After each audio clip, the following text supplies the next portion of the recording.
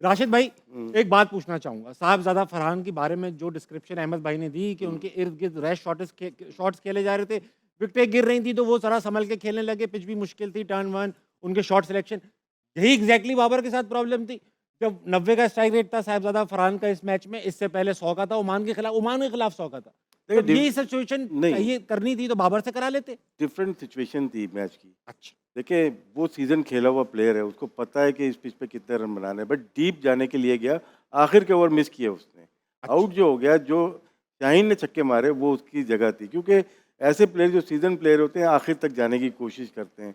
Last 3 over आपको पता है, एक जसप्रीत बुमराह करता, 2 हार्दिक पांड्या करता, उस पे लगने थे आपको। ठीक। तो जो अच्छे प्लेयर होते हैं, सीनियर प्लेयर होते हैं, वो आखिर तक जाते हैं। हमारी तो विकेटें गिरती रही ना, आखिर में अबरार और वो खेल रहे थे, सुफियान और शाहीन खेल रहे थे। कोई एक आखिर तक जाता। हाँ, बड़े-बड़े जो प्लेयर हैं वो डीप चले जाते हैं। जैसे विराट कोहली ने मैच जिताया था मेलबर्न में, कितने रन चाहिए थे? वो क्या गया, आखिरी बॉल तक गया ना। हमारे यहाँ क्या आउट हो जाते हैं। शाहज़ादा फरहान के 40 रन निकालने हैं आप। किसी में इतनी कैपेसिटी थी कि वो 40 रन ऐड कर देता। आपकी 70 रन की टीम थी आज की। सही तो कह रहे हैं। उसकी वजह से और कुछ छक्के लग गए, वहाँ पे आपका थोड़ा-सा हो रहा है 127 कर दिए। हाँ।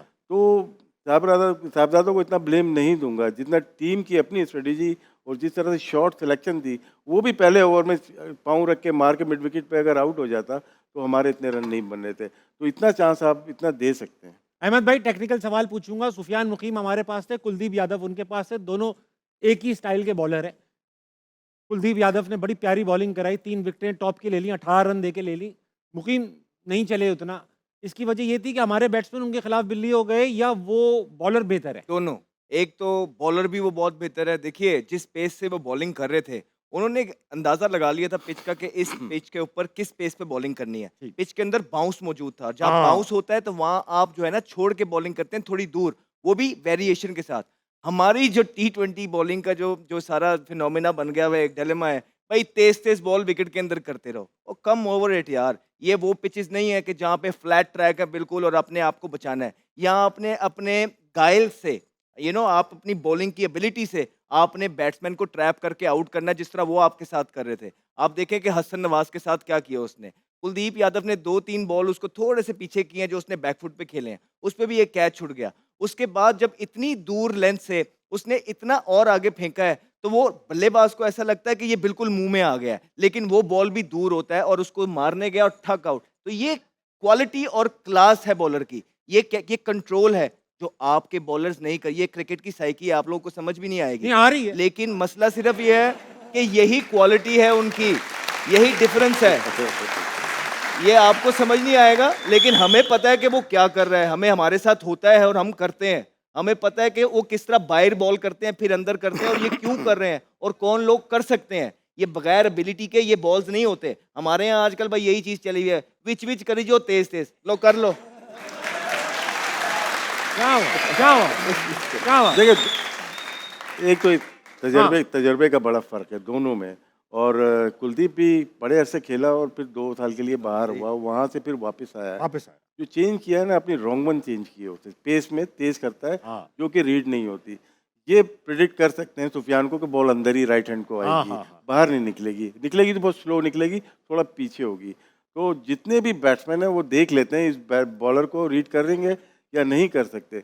वो उसको पता है अंदर ही आनी है, तो स्वीप ईज़ी से लग जाएगी। हाँ। जिस तरह से कुलदीप ने आउट किया तो उसको पता है कि रॉन्ग वन है, स्वीप गलत मारी है आपने। ठीक। मोस्टली प्लेयर्स हमारे जब समझ में नहीं आती, एक स्वीप है, दूसरी स्वीप तो है ही नहीं आपके पास। हाँ, फील्डर सही। दोनों ऊपर यहाँ पे हैं, एक फील्डर पीछे ऊपर है। तो जो भी प्रैक्टिस करा रहा है ना इनको, इनकी हैबिट ही गलत हो गई। हैबिचुअल प्रॉब्लम है इनके अंदर कि जहाँ प्रेशर पड़े टाँग रख के मार दो।